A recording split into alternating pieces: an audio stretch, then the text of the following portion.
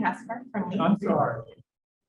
No worries. I It's just massive. it's the massive one. Someday, we'll all know what we all look like. So Katrin, Tom Crosby, Maverick. Peter Nelson, Newmarket. Mike Babinski, City of Summersworth. Dave Landry, Dover. Colin Lentz, Stratford Regional Plan. Jen says Stratford Regional Planning. Okay, and online, let's see, we got Tim White, Tim White, New Hampshire Department of Environmental Services. Glenn Davison, Here. Michael Williams, Michael Williams, Coast. Pesci, Good morning, Steve Pesci, University of New Hampshire in Durham. Bill Fisher, Good morning, Bill Fisher, Farmington. Mark Holstein, Barbara Holstein, Rochester. Good morning. Lindsay Williams. Lindsay Williams, Dover. On staff, Rachel, Rachel Dewey, SRPC. Kyle. Continental, SRPC. Again, we know you can't be in two places at the same time. Work that out, let me know. Megan Taylor Feder, SRPC. I got it right this time. Nancy, Good morning, Nancy O'Connor, SRPC.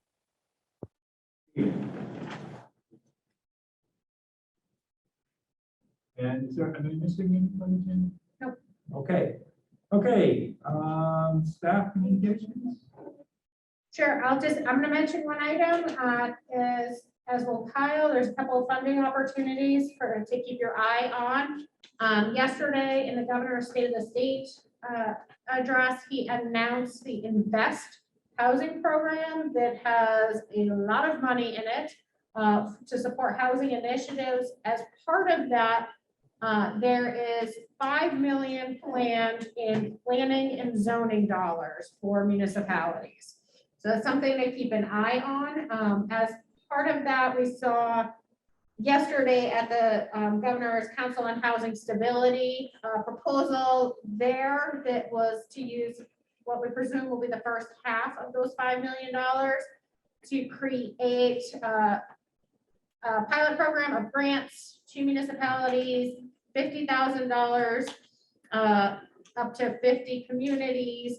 There is a long list of different activities a community might do with those funds, all centered around housing, not all centered around, updating your zoning. So there's some good things to come there. So keep an eye out for those funds in the future. They will be ARPA funds, so they should be moving fairly quickly is my guess.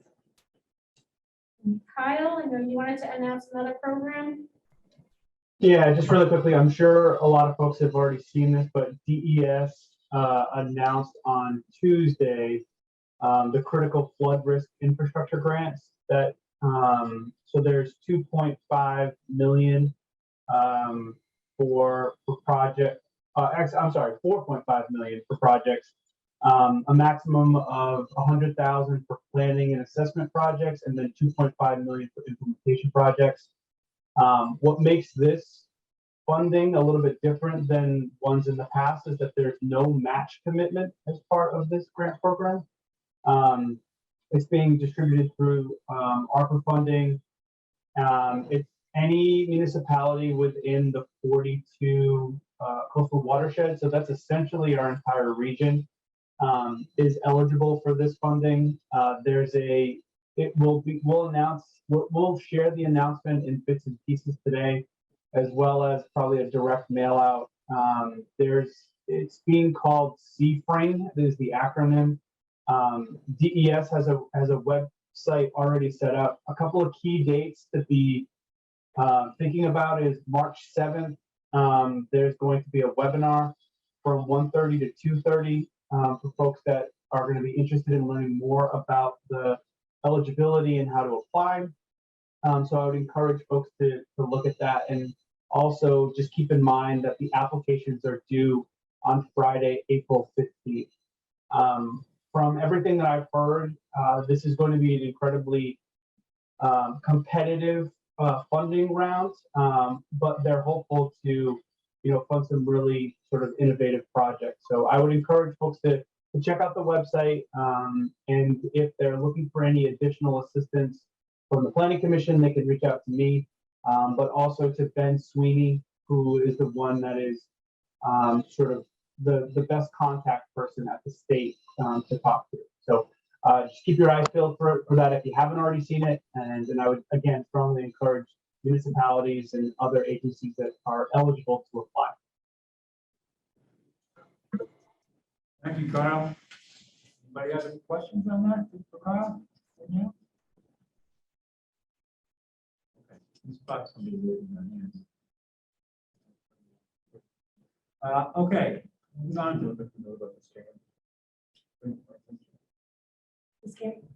Sure. Yes. Good call. Colin's reminding me I have some good, I have good reminder.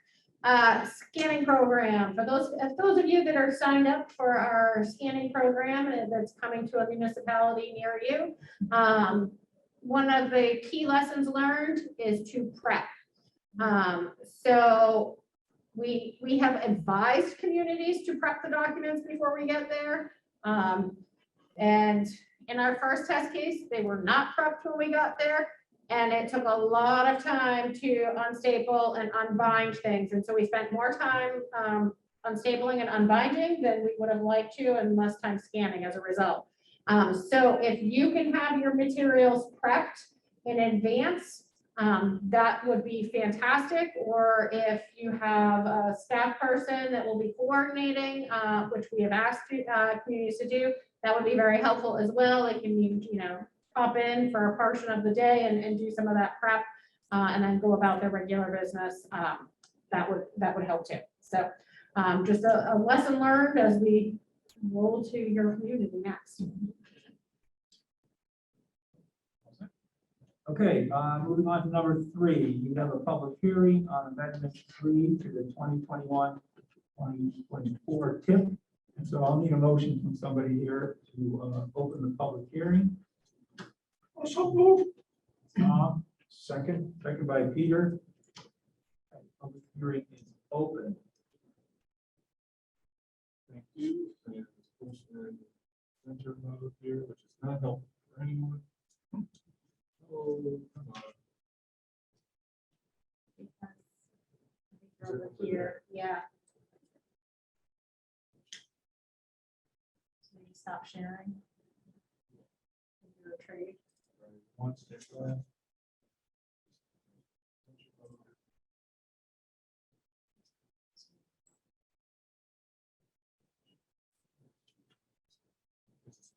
Keep pressing escape on the computer that is not running on this.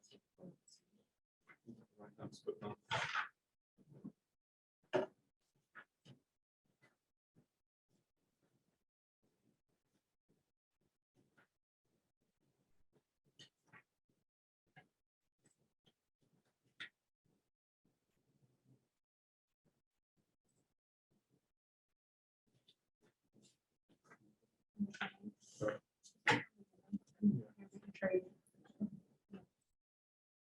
Yeah. Yeah, look up in there. On top of that one.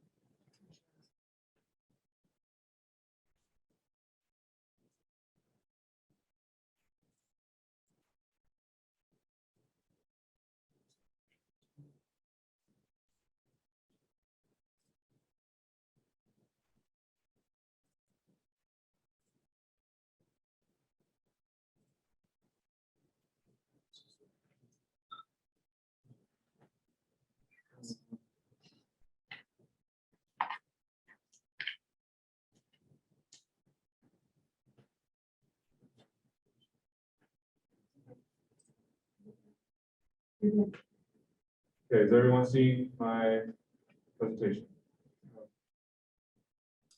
Yes. Cool.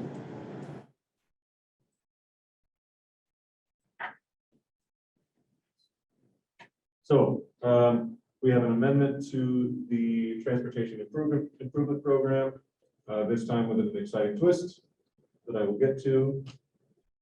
We had 3 projects in the proposed amendment that is out for public comment until the end of the public hearing here.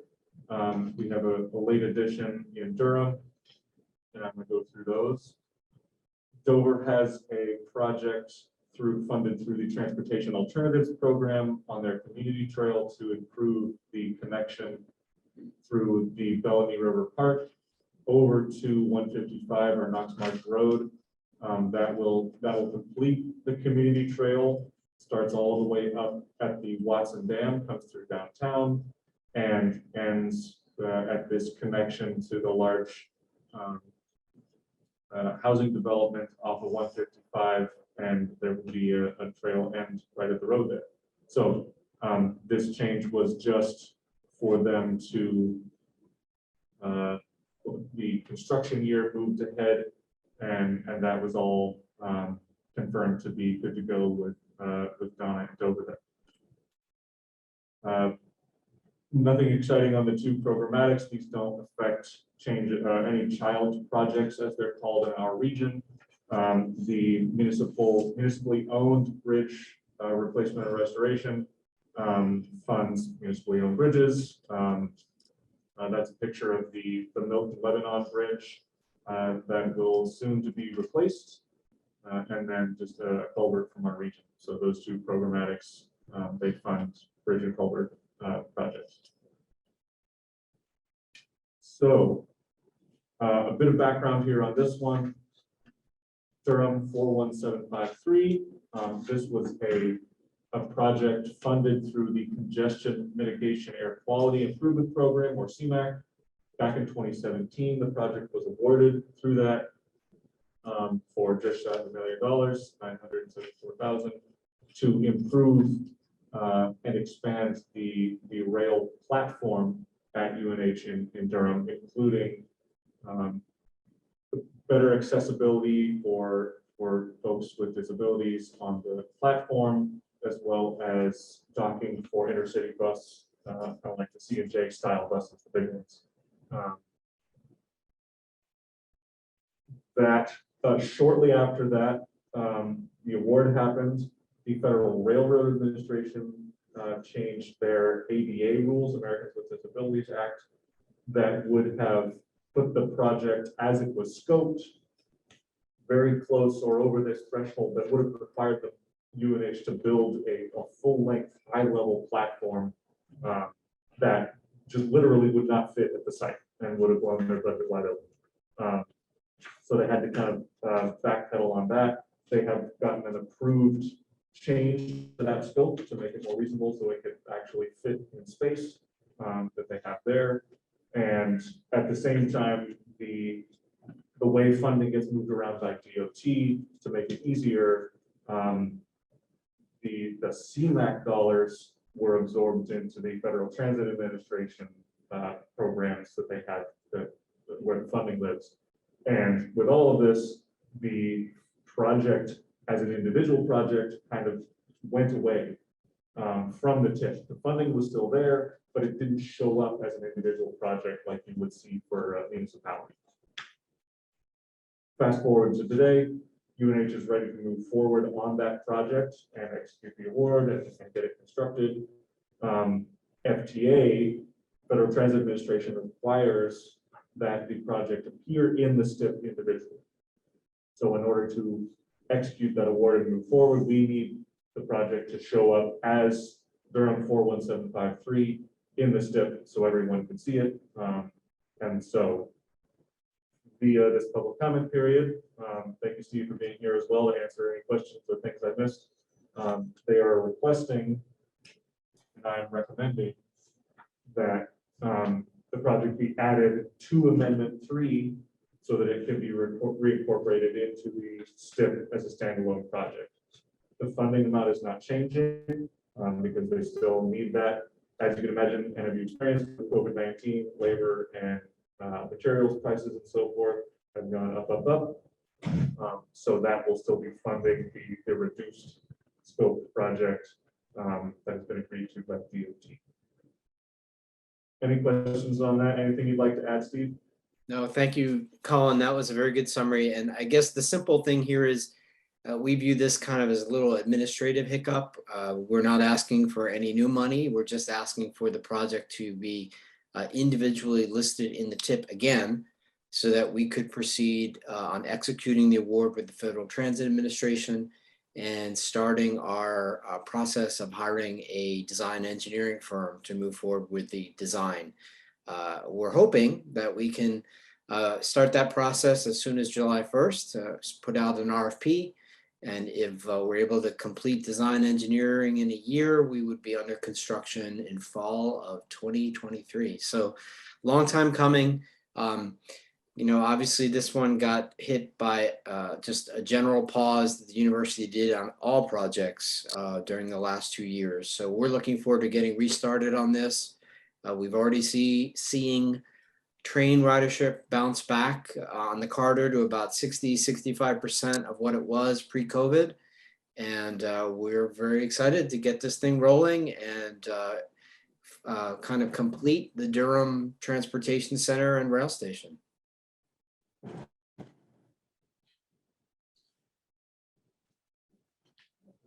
Thank you, Steve. Do we need to have a vote?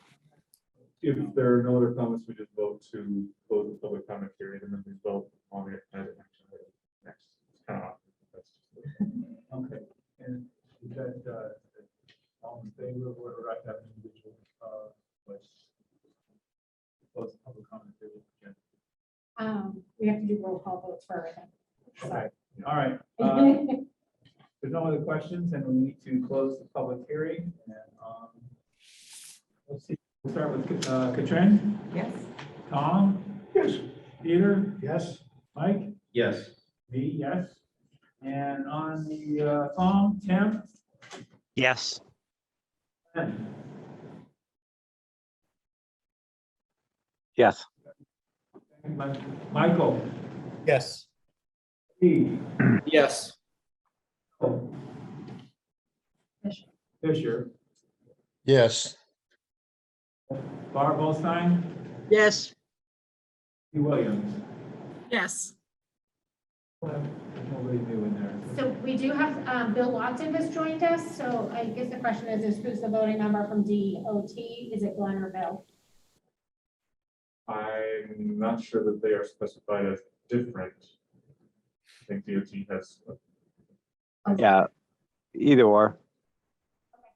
Glenn will be the member. I'm just observing today. All right, it's All me. Okay, thank you. So public hearing is now closed. Action items number 4, these two require a vote. The first is approval of the draft minutes from January 21st, 2022. Motion on that. Make a motion to approve the draft minutes from January 21st, 2022. Thank you, Peter. Any changes at all to the minutes? Excuse me. Oh. Any changes at all? Okay. I got a second on that. Oh, I'll second. Mike seconded. Thank you, Mike. Another one that I can go through. Yes. Thank you. Okay, in the room, Katrin, Yes. yes. Steve, I'm sorry, Peter. Yes. Mike, Yes. me, Landry, yes. And online, we've got Tim, Yes. Len, Yes. Nicole, Williams, Yes. Steve, Pesci, UNH is going to abstain. We weren't present. okay? Bill Fisher, Yes. Holstein, Yes. Williams. Abstain, not present. Okay, so that takes care of the minutes. 4B, go ahead, Tom, 4B. Highway safety performance targets. Correct. Couple more things to vote on. Every year, MPOs set targets for highway safety. We do this in coordination with DOT.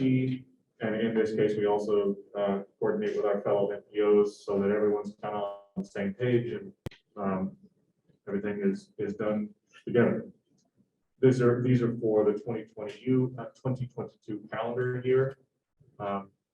there are 5 federally required safety performance measures for which we set targets. The number of fatalities and the rate of fatalities, that's per 100 million vehicle miles traveled. And similarly for serious injuries and the rate of serious injuries. And then the number of fatalities and serious injuries to non-motorized users. So folks get either walking or biking or otherwise by a motor vehicle. And we also have a supplemental one that I'll mention in a little bit. So fatalities, I just have a few notes here. Take a look through the memo or if you have any other questions while we go along. In 2020, trends for the vehicle miles traveled took a bit of a dip, and that affected DOT's budget because of lack of gas taxes or decreased gas taxes and so forth. But unfortunately, the number of fatalities did not take a proportional dip. So that is a good example of the targets are set using 5-year rolling averages. Because it's very weirdly cyclical, almost like a little sine curve, the way that the crash rates happen. So you can see back in 2013, there was a spike in the actual number of crashes that resulted in fatalities, and then a lower one in 2019. So the rolling average kind of averages those out.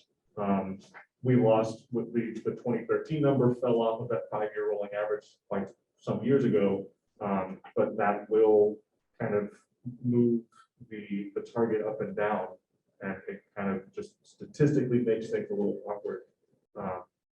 So 2020 was an aberration for many reasons, but it was dismaying to see that there were sort of similar trend in fatalities, even though fewer people were out driving.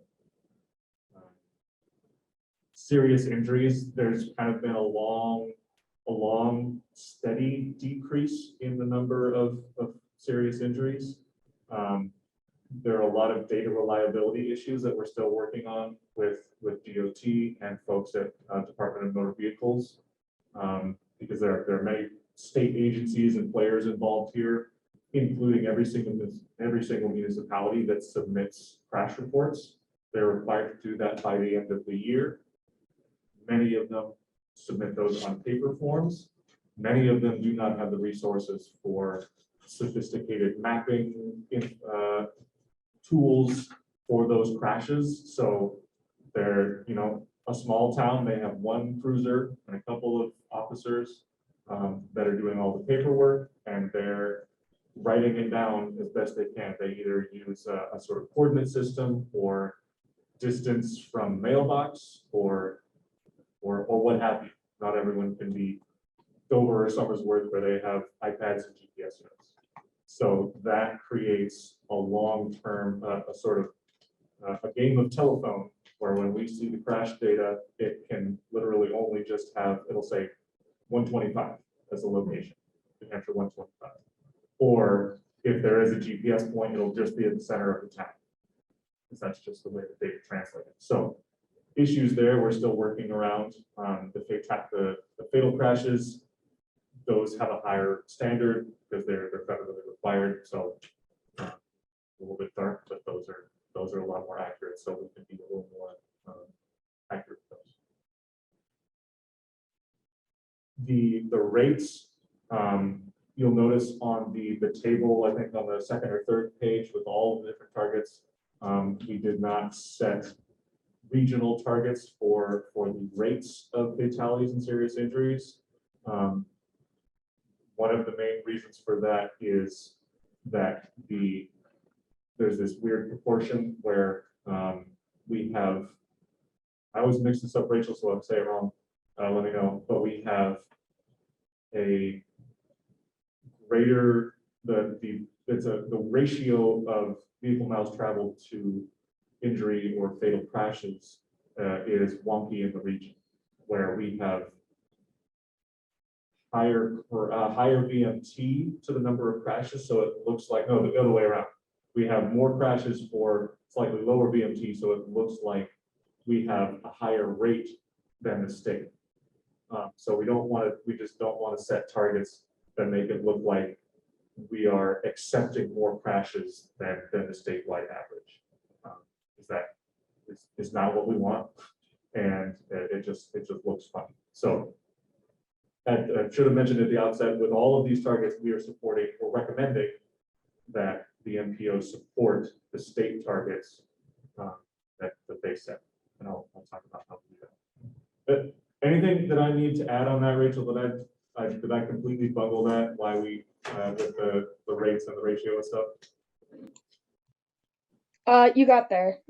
So we have 11% of the fatalities and serious injuries in the state, and only 9% of the vehicle miles traveled. So our share of the injuries is higher than our share of the travel. It ends up being a pretty significant difference between our rate versus the state's rate, where ours is quite a bit higher. But yeah, that's about it on that. If I can get there, I'll take that. Everyone is totally confused. Yes. Is this new vision database publicly accessible? No, the answer, I don't believe it is. So there are still issues around state laws and privacy for the crash data. And we kind of went through that with DOT, where last legislative cycle, they had to write a new law that allowed DOT and state agencies other than Department of Motor Vehicles or Department of Safety access to those crash records. And we had to add a little write-on that said, we use the data to help communities implement safety projects. We don't need to know people's driver's licenses, birthdays, all that stuff. We need to know when the crash happened, where it happened, and what happened.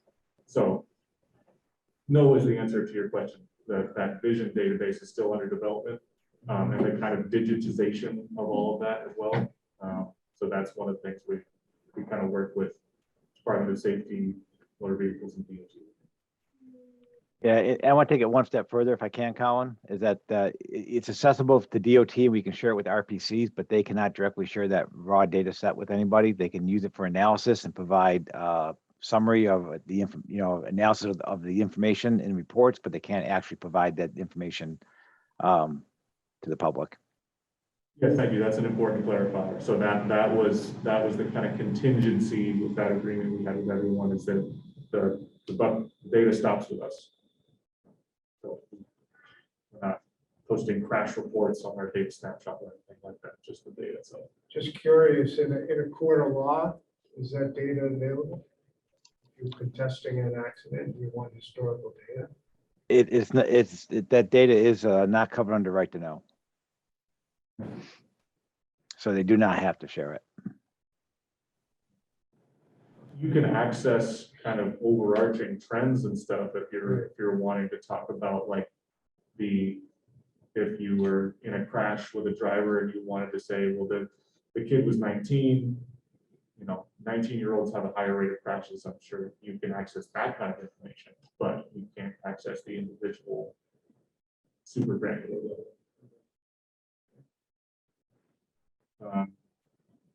All right, good questions. So similarly with the non-motorized fatalities and serious injuries, folks walking or biking that get hit, there's a lot of variability in the data. Thankfully, there are relatively few of these crashes, except for 2016, as you can see. There isn't a whole lot of rhyme or reason for why these trends happen. We can kind of make some educated guesses, and some things will improve or make the trend worse. A lot of times laws will have a significant impact. The hands-free laws that got passed in New Hampshire and other states We did kind of see a little bit of a dip in crashes involving crashes in general, but following that, we noticed a rise in pedestrian related fatalities or crashes involving pedestrians with the onset of the opioid crisis. The educated guess or assumption was that if more people are out walking around town because they lost licenses, it's just more people out on the street, and especially if they are under the influence, that they're more vulnerable. So again, highly variable here. 2020 saw an uptick, even though 2019 was a much better year. So this is the supplemental one that is not federally required, but all the MPOs and a couple RPCs and DOT got together thinking about all these performance measures, and we kind of thought, well, motorcycles are a huge thing in New Hampshire in terms of per capita ownership. So we should be parsing out that and looking at how motorcycles are impacted. And this is kind of been flat, even though you can see in the region, somehow, thankfully, there were 0 motorcycle related fatalities in 2011, and then a big jump in 2019. So it all kind of evens out. Overall, especially fatalities, since like the 80s, there has been a steady downward trend at the state level. So we are making progress, but New Hampshire is a Vision 0 state, meaning that no number of fatalities is acceptable on public roadways, and that is the goal. As ambitious as that sounds, there's nothing else that is acceptable. So thinking of that, what we can do, we support the state targets, and that means we're going to do everything we can to reduce the number of crashes in our region. So again, as Rachel said, we have about 11% of the statewide crashes. Unfortunately, the reality is, if you look at a map, crashes happen pretty much randomly. And that's because 90% of the cases, it's human being wasn't paying attention. And that's the nature of it. There is a lot to think about and look at as you're driving down the road on a day when you're not sleep deprived or thinking about the big meeting you have coming up or whatever. So we're looking at the kind of effect on there are short-term trends and long-term trends. Like I said, we can't do a whole lot about the variability from year to year, but we're looking at the long game of advocating for seatbelt laws that New Hampshire does not subscribe to, countermeasures that police can use, countermeasures that we can recommend with transportation project improvement projects that make it safer. Road safety audits are a very effective way for municipalities to deal with safety issues. If you have an intersection or a segment of road that has experienced a crash resulting in a fatality or serious injury within the past 10 years, there is a very rapid response team. I can help you apply for those funds. Generally, it's 100% federal funded. You get a dedicated team from DOT and a consultant come out, literally stand at the place and watch traffic and come up with alternatives to improvement. So those can happen. Those are every year at least. Last year they had 2 rounds. Contact me. And with those, like I said, there's a lot of variability in the data. The most effective way for me is to get permission from your police department to look at those crash records, build a diagram, and then give the records back. So I think that's been very successful in the past. I am really focused on reduction of speed as a kind of approach to safety. As I said, 90% of the time, arguably, it's a human being making a mistake that results in a crash.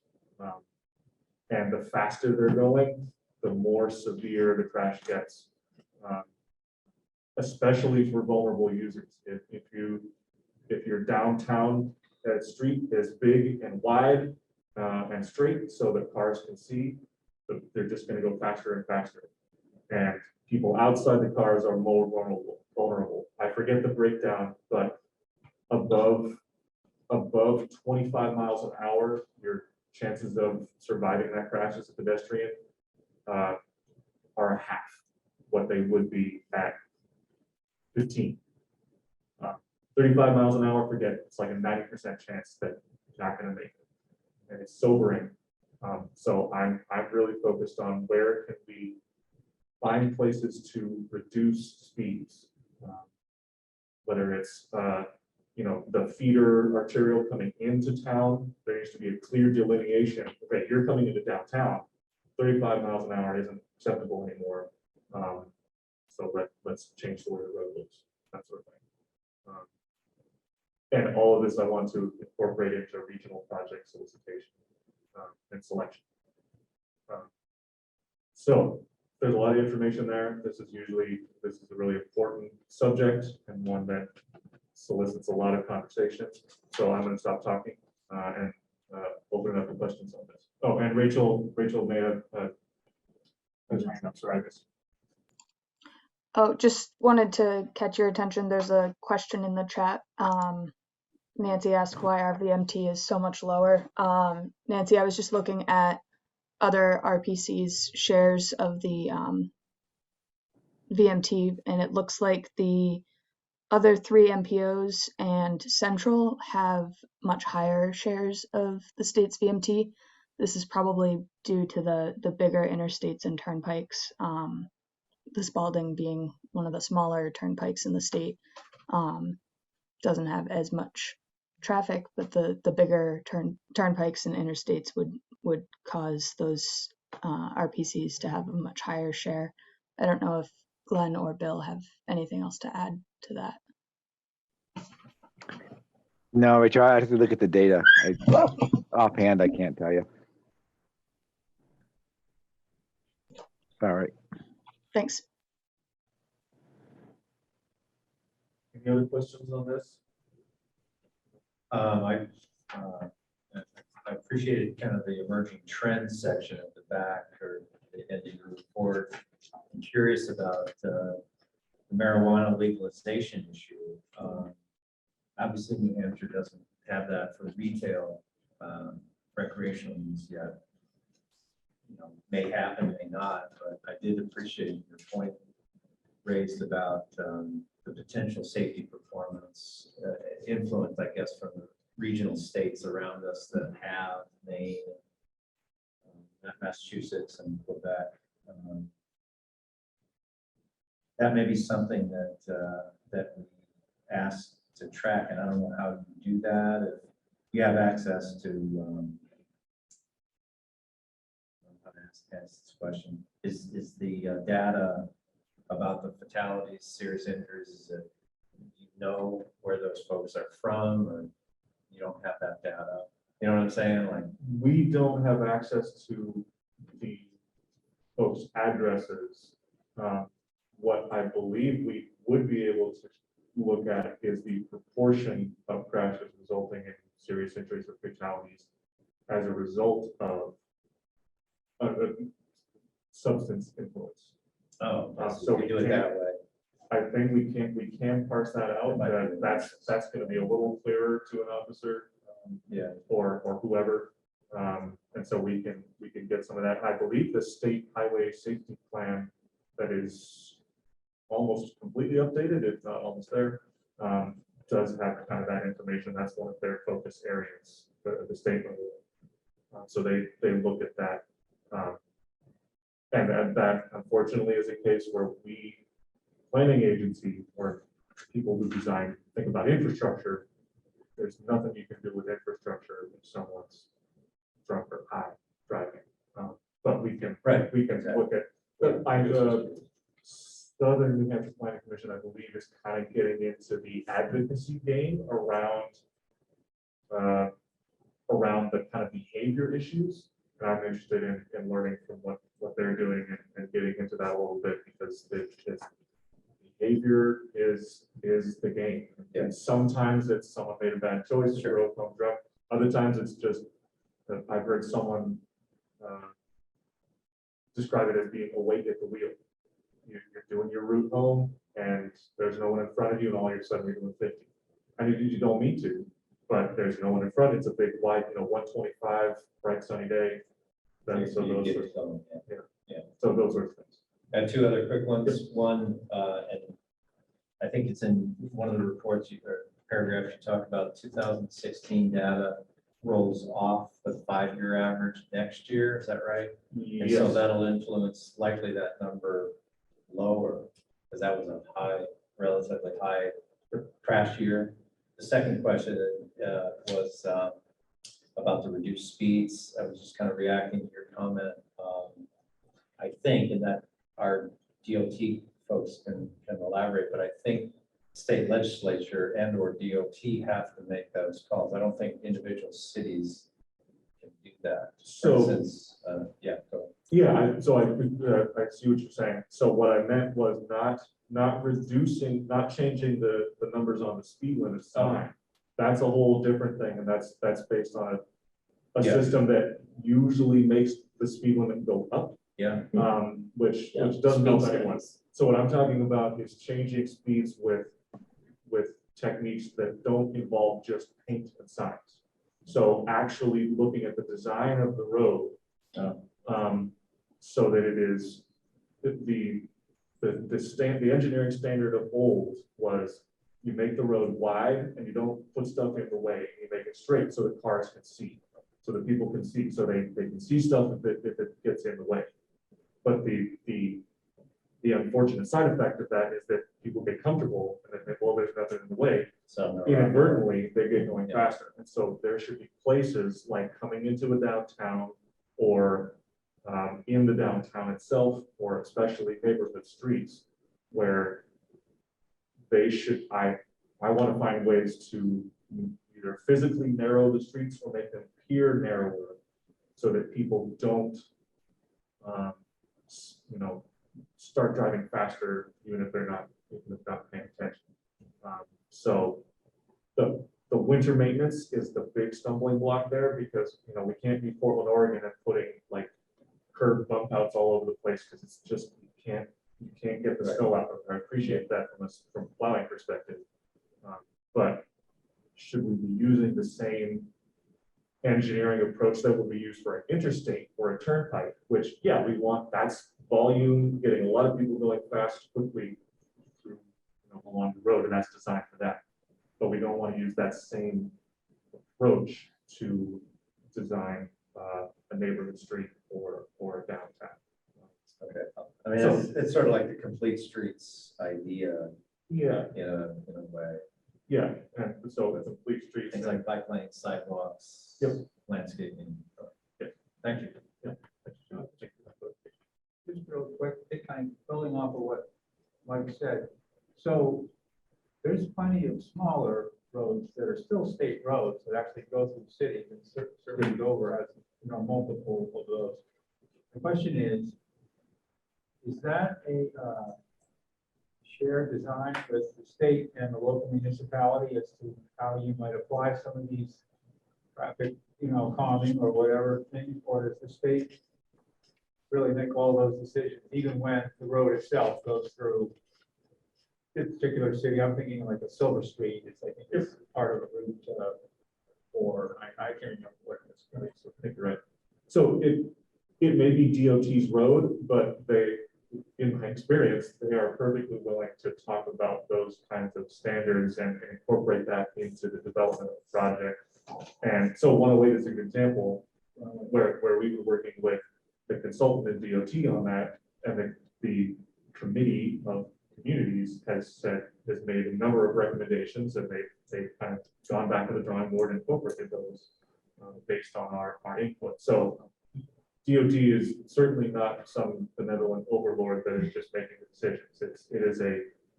We are here to help kind of make those recommendations and ask them if they're, where the opportunities are to kind of, to massage those the engineering approach. It seems like those might be the best local areas to look at these transitions from speeds. This is the road that goes from, you know, a state road to town. It's certainly Yeah, quite so that, different than all the roads that are going on. yeah, that transition. Yeah. Thank you. Any other questions on this? Anytime you want to talk to me about safety in your community, I'm here to help, and that's a big priority for the MPO. So, do we need a roll call for that? Yes, motion in a second to approve the safety targets for 2020. Okay, if I need a motion, 2022 highway safety performance. So moved. Okay. And second. Second. Mike Linsky, and roll call on this, Trent, Yes. Tom Crosby. Peter Nelson, yes. Mike Linsky, Yes. Dave Landry, yes. Tim White, Yes. Glenn Davidson, Yes. Williams, Yes. Trustee Yes. Fisher, Yes. Mulkey. Yes. Andy Williams, Yes. Right. Thank you all. okay, Colin, let's see, we've got 4C, approve amendments 3 to the 2021-2024 tip. Right. So, yeah, this is just the action item for the Joel spiel I did on the amendment. And is it okay if I just sort of propose the motion Yeah, so I it's would, clear? yeah, I would say the proposed motion should clearly indicate that we're voting to approve both the statewide tip that was noticed plus the Durham project that was presented here today.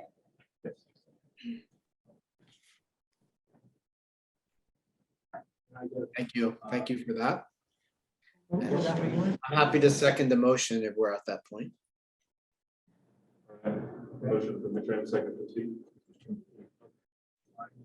And vote on that, so. Trent, Tom Crosby. Yeah. Steve Nelson. Yes. Mike Linsky. Yes. Dave Landry, yes. Tim White, Yes. Edison. Glenn, Yes. It's hard. It's just a little bit hard for me to hear you guys. That's all. Sorry. talk louder. Michael Williams, Yes. Pesci, Yes. Fisher, Yes. Holstein, Yes. Williams. Yes. Thank you all. No more roll call votes, promise. Next, I think is legislative updates. That's Jen. That's- You, Tom. Keep rolling, Tom. Yep. So just wanted to update people on the transportation related bills that are before the legislature. Not a whole lot of updates. I don't need to go into too much detail here. They're still just before that crossover date. So some of the bills are in committee, some have been voted on. I included those decision points in the center of the table that went with the packet. And thanks to Mike last round for the recommendation to look at NHMA and what their positions were on some of these bills. Some they explicitly supported, some were sort of tacit support through the issues that they're concerned about. Let me see. Oh, you want to do that? or- Yeah, let me.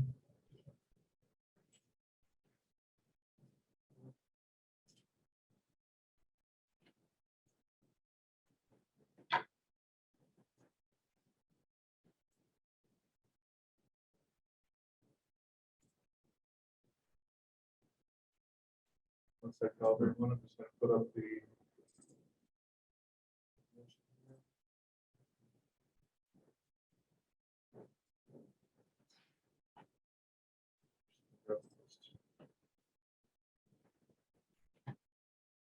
So I guess I didn't stop my share. Is everyone seeing the Word doc? Okay, cool.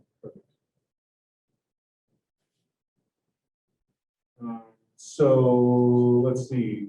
I'm just going to go down the list here quickly. 10-year plan is still kind of an executive committee, and that's moving forward positively.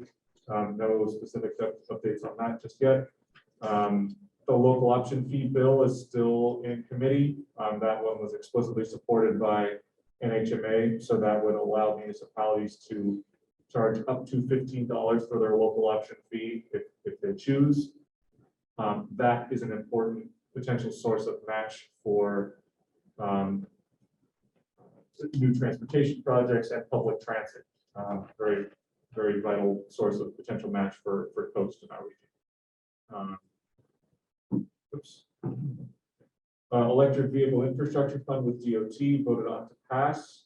So that will be good. There's 17 million coming from the infrastructure package to New Hampshire for new vehicle charging infrastructure. So that's moving forward. Colin, could we just speak to that for 1 second? Yes, please.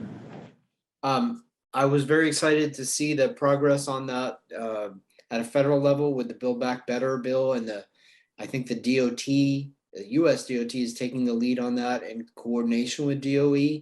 And I just, as I understand it, the states have to come up with a plan in August to submit to DOT. And the federal fiscal year allocation for New Hampshire, just to give people a sense of scale, for electric vehicle charging infrastructure is $2.5 million in federal fiscal year 22. That's the year we're in.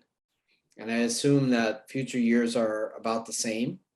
So very much want to encourage the staff to be involved in that. And I can state on the university system's behalf, so that's all of our campuses, we are very interested in seeing that state plan be developed and seeing a funding application process be developed. All of the campuses have been making progress on developing installation locations and priorities for public EV charging. And we very much look forward to the DOT, I assume, taking the lead on developing a funding application program for those federal funds. Yes, thank you for that point, Steve. And I know DES folks met with US DOT reps yesterday to talk about that plan and various points on that. So I know Jessica Wilcox of DES said she was going to get back in touch with me after that meeting. Yeah, just to kind of build off of that, just to make sure I'm understanding, with the $2 million for the fiscal year we're talking about, and a total of $17 million. My question is, let's say, a lot of different communities have ideas and things they'd like to do and propose and all that, but they're a little behind the curve on having anything developed or shovel ready, or, even discussed at the local level. My point is there a fresh start for everyone to try and access funds in each subsequent year when a new $2 million of such becomes available, or is there actions that are taking place now or very soon that are going to encumber those future years of dollars, so that you really have to get in the game, so to speak, now, because you may lose out in future years because the money's already tied up? That's a good question, and I think those answers are getting worked out currently now that will be part of the plan that will be developed. Tim or someone else may have to correct me. I believe that the 17 million, does that include discretionary, or is that 17 million for the corridor-based investments?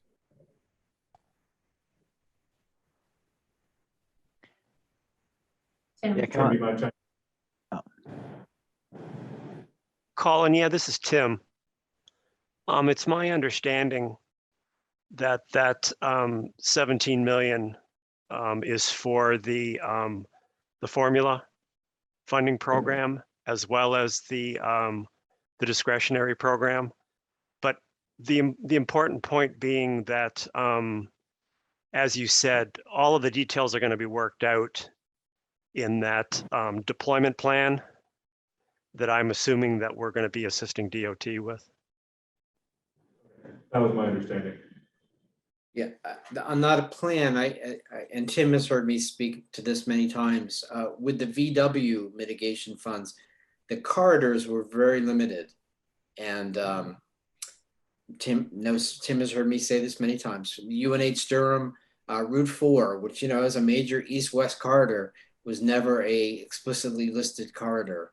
So we were never eligible to propose anything for those VW funds. So I would really encourage, as we develop that plan, we think a little more holistically about not just interstate corridors and high volume like 101 corridors, but other locations more equitably dispersed across the state.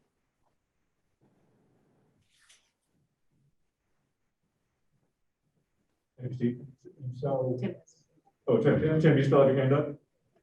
I do, Colin, thanks.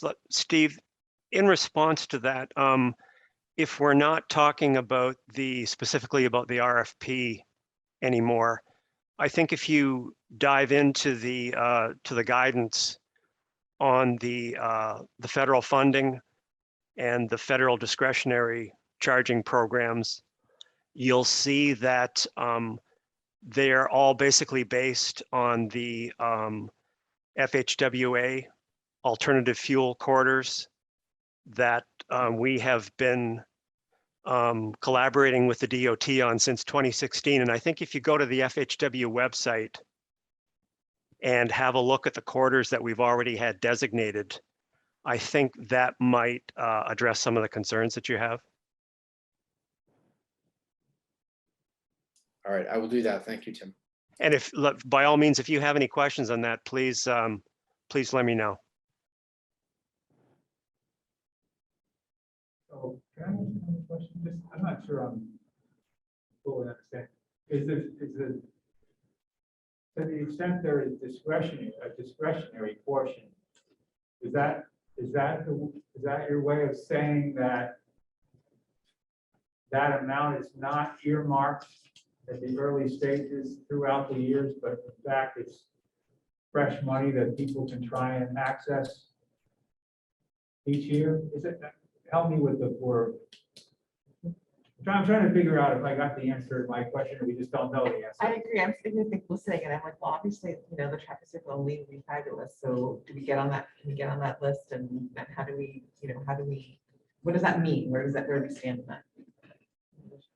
Some of the money for that discretionary grant programs, I believe it's half of it, is going to be available in what's called community grants. So I think there's going to be opportunities there for that money to filter down to the local level. But I mean, I want to stress at this point that we have not received any specific guidance from the Federal Highway Administration as of yet on how that second program is going to be administered. All right, thank you for that clarification. To me, there's a little bit of a disconnect between sort of local, you know, like right now, the emphasis is on, well, if you're a local municipality, you know, give us a list of your priority sites. Because I know we've kind of done that in Newmarket, and, you know, our energy committee has said, you know, here's our existing EV charging infrastructure. Here are some sites that we've earmarked. But it seems like we really, you know, this is an area for SRPC to accelerate a regional plan for charging that gets us a bigger piece of the pie.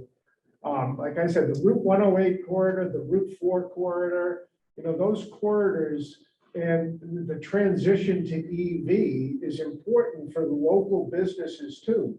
You know, and there's a strategic interest in having some disbursement of level 2 charging capabilities that are not part of the, you know, the current RFP is clearly focused on tourists coming into the state, traveling on the interstate highway, and it's being driven by Eversource wanting to sell electricity at those level 2 charging stations at an unbeknownst rate of, charge. And it's not focused at all on the local communities. So we, as local communities and our regional planning agency, should be focused, and I think shifting some of that emphasis towards the local communities. If we want to embrace electric vehicles and electric charging at the local level, we need a plan. And I think this is an area that I'd like to see, maybe we find some funding where SRPC can come up with that regional thing so that every town is guided by SRPC to have sort of their top 10 list of EV charging stations, have that coordinated with where are the park and rides, what are the criteria that would evaluate, a high, and make those choices for EV charging sites highly relevant and highly fundable. And we And are, you're 100% spot on. yes, And we're talking about it this afternoon to make it happen. Right. we have some tools to do that. We do. Very- And it's something that could also be coordinated with all of the regional planning agencies. Yes. So, SRPC, as you're talking about like the project with housing, if all the regional planning agencies are in the same spot doing the same thing, there is enough funding available under that Volkswagen plan that every city and town in New Hampshire could have an EV charging station if you wanted to. It doesn't have to be level 2. It could be a level 1 charging station, but you could have charging, and that would do more to embrace the electric vehicle transition, in my opinion, in the state.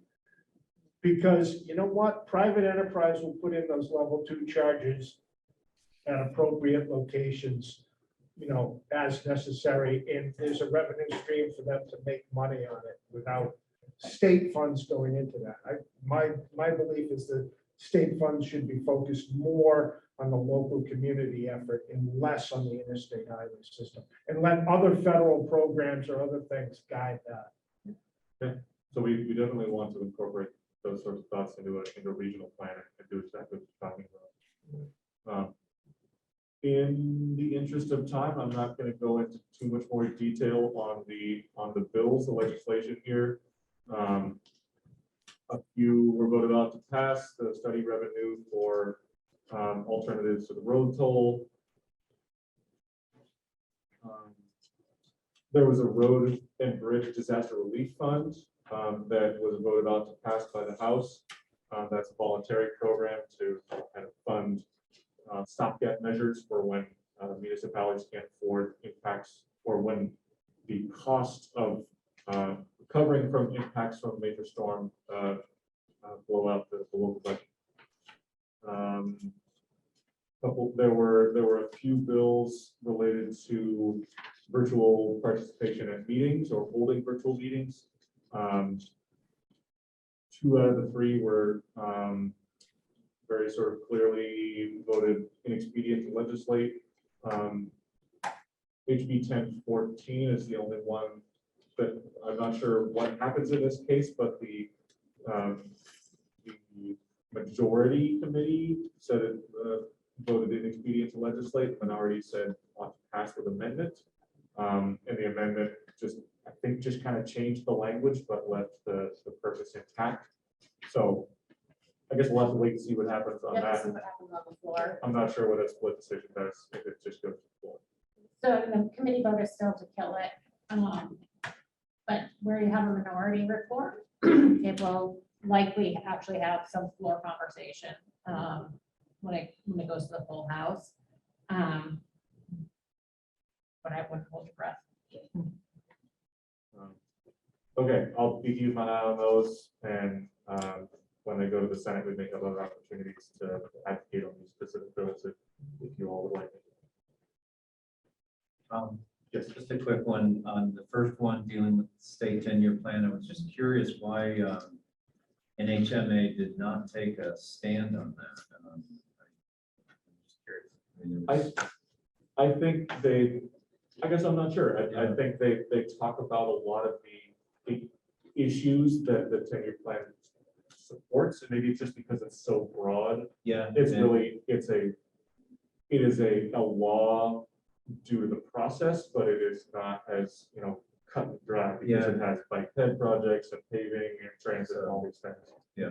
So maybe that's why they don't. Technically, and they're more in the policy and legislative, okay. Yeah, that was. Maybe my not just the assumption there. transportation. Yeah, but I don't know, I just was curious, it had some real favorable things for municipalities. So yeah, oh it's yeah, kind of their thing. there's a lot of it. I just was surprised that Yeah, it might be a practice and a policy that they just don't do. yeah. Thank you. Sure. Steve, you had a question or a hand up? While you've got it on screen, I just would like to encourage our MPO to put some thought into that HB 1432, the one that prohibits state funding to support passenger rail services. I mean, obviously, immediately, this has a much bigger impact on our neighbors along the Capitol Corridor, Manchester and Nashua, but that bill would be really burdensome and a step backwards when we think about our region and future opportunities for expansion of passenger service that might require federal funding with New Hampshire support, whether it's on the main line, the Downeastern line, or in the future along the New Hampshire North Coast, and way in the future as that reconnects to North Conway. So I would encourage that we step up our dialogue on that one. I see it says staff not in support, but I would like the MPO to consider expressing serious reservations about that bill. Thank you, Steve. Yes. This is something where if the MPO as a whole says they want to take a position, you may do so and direct Colin to write a letter on your behalf.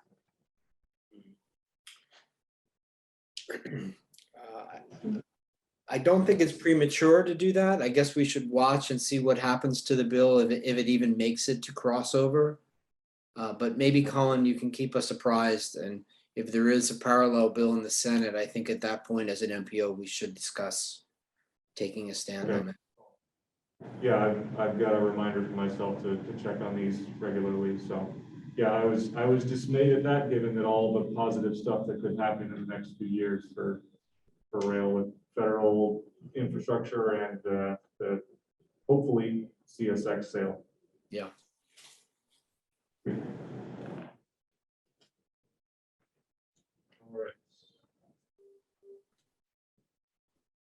right. Yes.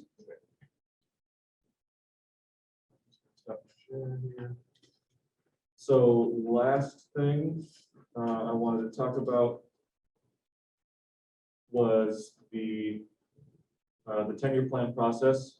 I know the 10-year plan in its current draft form hasn't even made it through the legislature, but our role of the process kind of starts over already because I'm in the process of collecting projects from municipalities that they're interested in getting funded or submitting to the 10-year plan for our consideration and submission to DOT.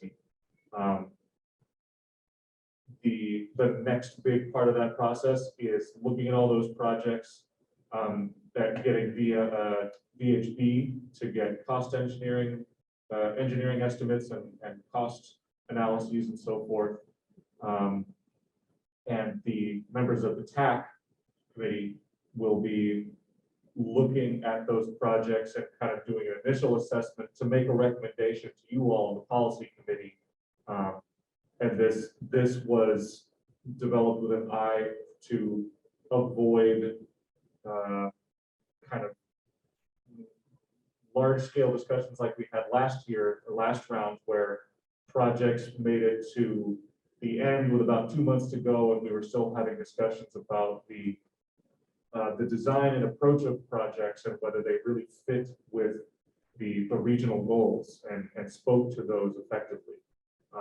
So I would like to have those conversations earlier so that we have a chance to modify projects or what have you So I was hoping for a little bit of initial input from you all on those, the goals that are in the MTP. They are currently kind of all weighted equally, but we don't specify that safety is more important than public transit or anything like that. They're all in there. So I wondered if you all could look at those goals and speak to the importance of them to guide TAC a little bit and guide me as well in looking at these projects. When I'm speaking to a municipality, they say we want to do X. I could say, have you thought about doing this to add to this project? That will make it more competitive in our process and can speak to more of those goals. Does that make sense? That kind of where we are. This is I want to make this a longer term process. So we're having more of these conversations now. And so that the voting is really kind of cut and dry in, April, May of 2023. Essentially a year from now, a little bit more, we'll be making a submission to DOT. So I want to make sure that that's all, we have consensus. So when you're saying the voting, you're talking about our voting. Yes. Okay.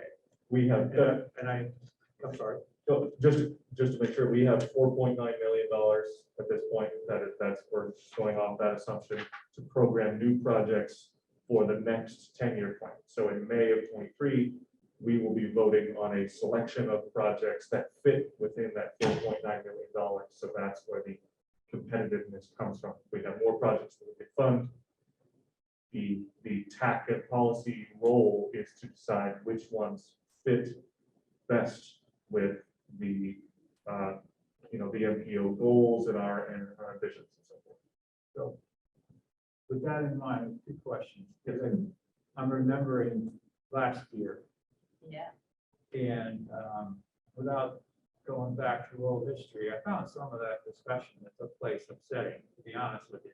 Maybe it would be one of everybody, but the role of TAC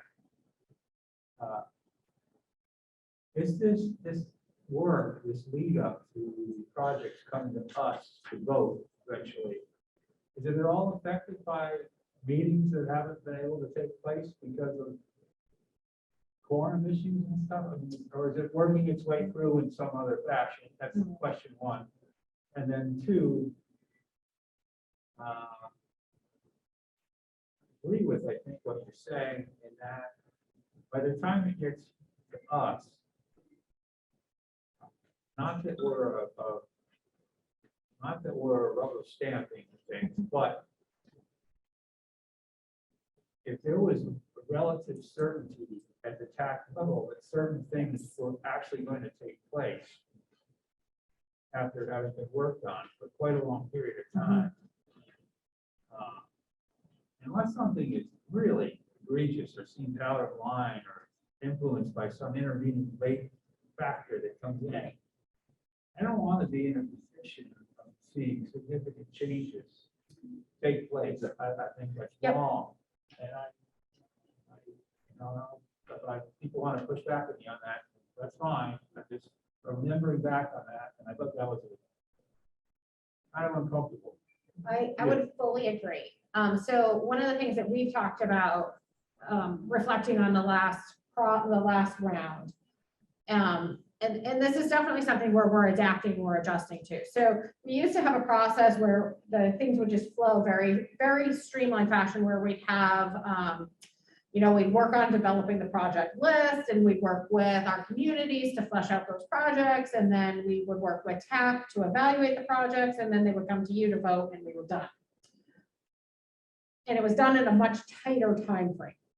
One of the things that has happened, and it's a good thing, but we still are working out like how to make it work well, is DOT initiated an engineering review where DOT was offering to review our kind of our short list, but not necessarily our final set of priorities, because that would give us better information. We would have a better defined project, a better defined budget for the projects that we're voting on. So what was happening is the process was getting elongated. So we would do an initial review to kind of identify the short list, send it off for a review, and then we would look at things for 3 months. And then it comes back and it's like, quick, make a decision on the final list. And there was definitely some debate because not everything that we thought would move forward was able to fit in that budget. And so we ended up at the 11th hour having these really difficult conversations, both at TAC and here. And it's not what we want to do. That's not, it should not be at the 11th hour that we're deciding what gets cut and what does or doesn't fit best with our regional priorities and our regional goals. So what Colin's trying to do is start up front. What are our priorities and our goals? And let's make sure we're best developing things that fit those priorities and goals. And we're also building in, we've got VHB on call to do the engineering review now. So as we have projects developed, we can execute those task orders with VHB. So we can have things a little bit better defined before we even send them to DOT. Our goal is that we'll do a full scoring process before they go to DOT here. And then we might refine afterwards, but it shouldn't be kind of that process. So we're trying to, it's a learning process, where we kind of changed that methodology. It's better. We're having better developed projects that are going to the 10-year plan, things that are scoped with budgets that are more realistic, so that we're not having to make adjustments after they move forward and things can proceed in a smoother fashion. So we gotta, yeah. Okay, just so I'm clear, I'm not criticizing people, I was Yeah. criticizing the process. It sounds Yeah. like this is being done. Yeah, no, I agree. It's not meant to sound personal at all, it's just, I Nope. think things will be better, and it Yeah. sounds like you guys are good. Yeah, we fully agree. And so I think what's important here today, and we can continue this conversation because I know it's getting late, is that we want to really identify what the top goals are. TAC will get into the weeds of ranking and weighting the evaluation criteria. But we want to talk at a policy level. What are the most important things from our goals that we want to be promoting and pushing forward? And then that advice will be your direction on policy priorities will be given to TAC to incorporate into their rankings. So that there aren't surprises when Correct. when their information comes back and you're wondering why they were thinking along those lines. Yeah. And to your first question, I don't think our core emissions have affected the process just yet, and I wanted to build in as much cushion as possible so that we'd have some backups. Mhm. So far we're good to go, and so far ahead of the game. Thank you. So, any other questions on that process? We have some pretty broad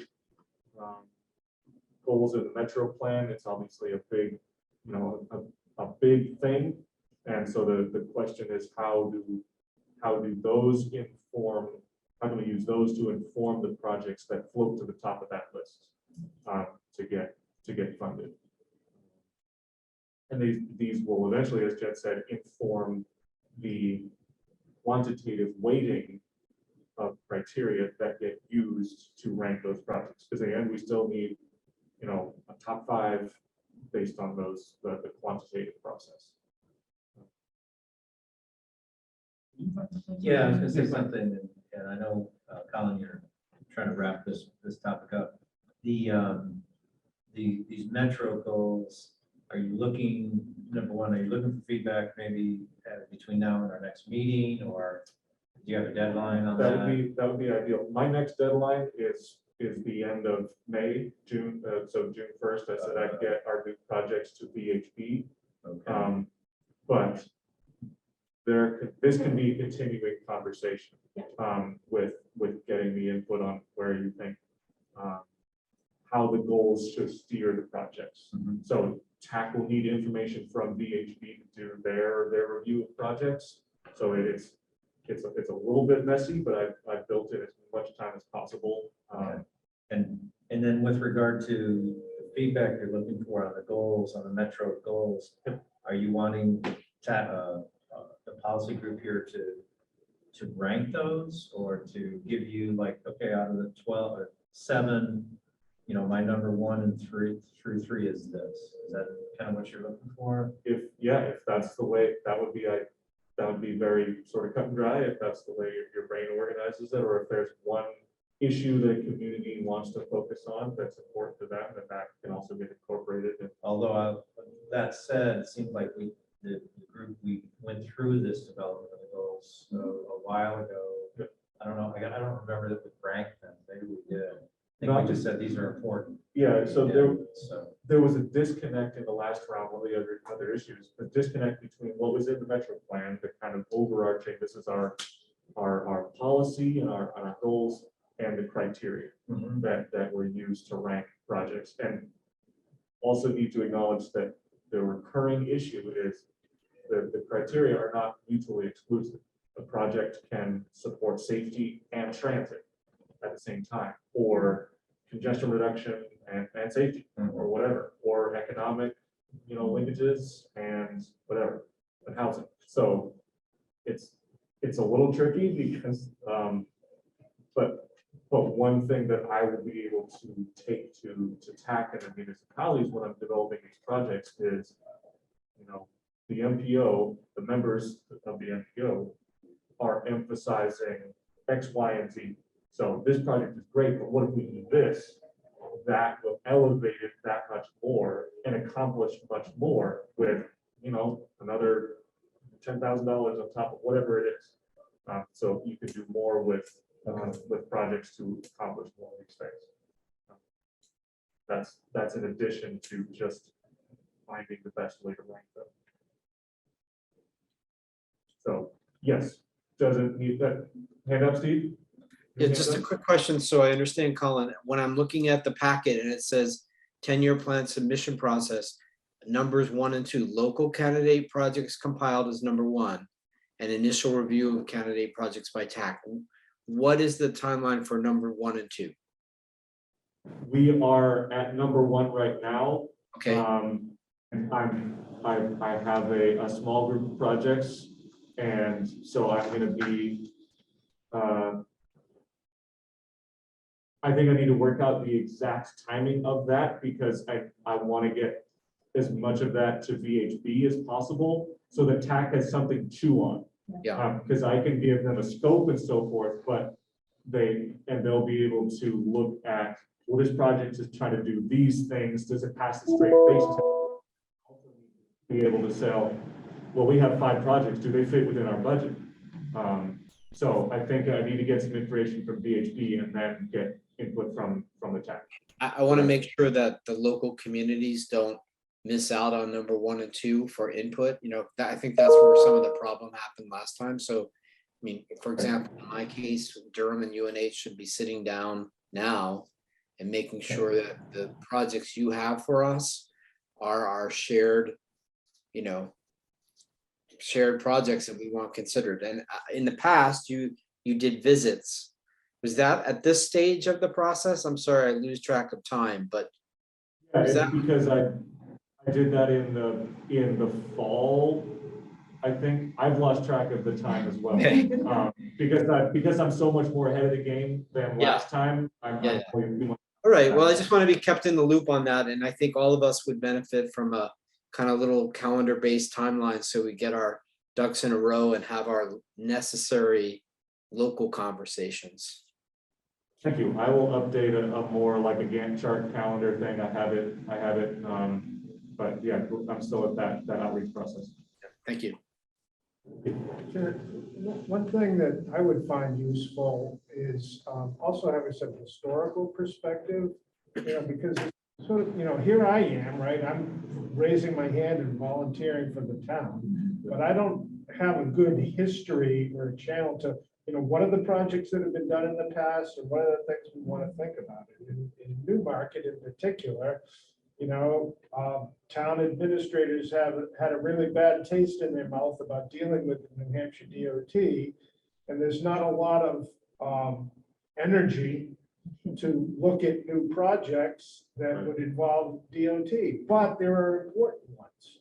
So in one that, keeps coming up in sort of our plan, just as an example, is Route 108 over the railroad bridge, which, has all kinds of implications. One is, if that rail corridor is ever improved or expanded, the connection between the Rockingham Rail Trail and the coast, and the rail trails on the coast, pedestrian access across the rail trails on both sides, and the streets that are intersecting with that, and then access from Newmarket into an island parcel that we have that's sort of been stranded and stuck in our whole zoning planning process. We've had multiple projects proposed on a piece of land that can't get developed because there's an old, substandard wooden bridge over one of the railroad tracks.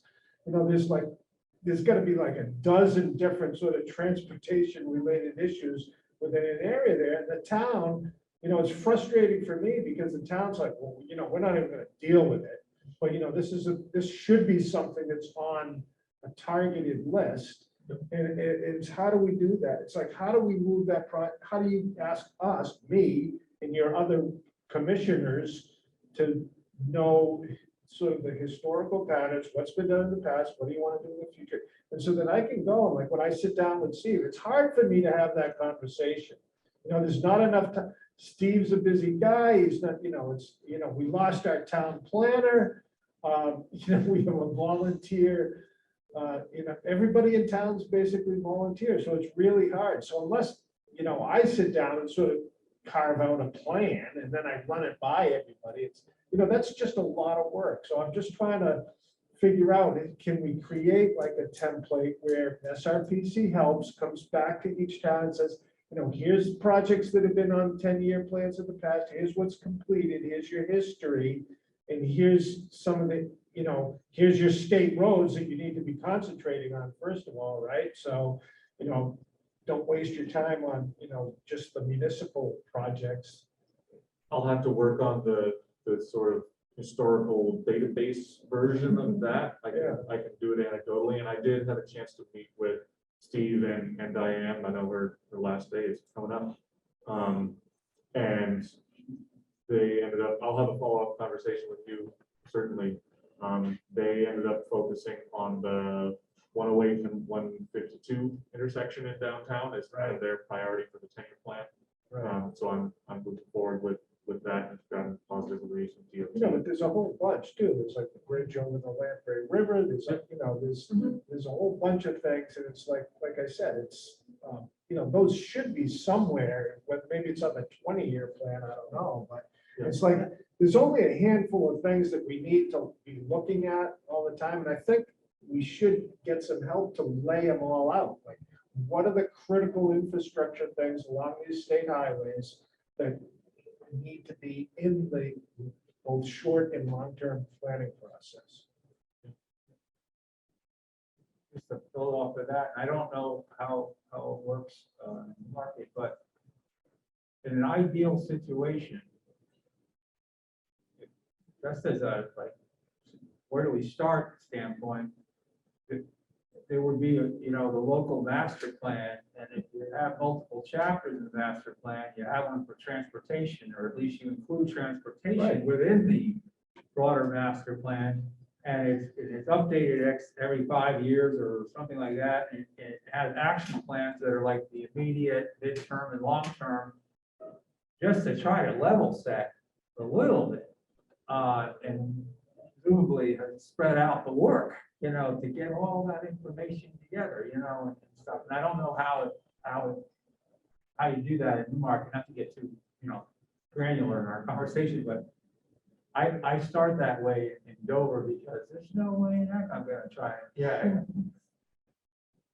You gotta have the stuff that's been developed by a team of people who looked at all those kinds of things and didn't solve them, but brought out the issues and fleshed them out enough and got them on the radar screen to have people dig in and work through it so that when opportunities arise, you know, For those, everybody's not having to do a memory game, you know, stuff, you know. and those things are in our metro plan, depending on the municipality, that kind of, that laundry wish list of projects. Many of them are more appropriate for transportation alternatives or different infrastructure programs. But those will be conversations I'm looking to have with people, and I'm kind of pulling projects out of our metro plan for elevation of the tank. So a lot more. There's a question in the chat or a thing in the chat. Oh, yes. Yeah, and that project specifically is moving forward with very careful consideration for bike ped improvements for the shoulder. I've heard from DOT. So yeah, there's a lot going on in that part of the region.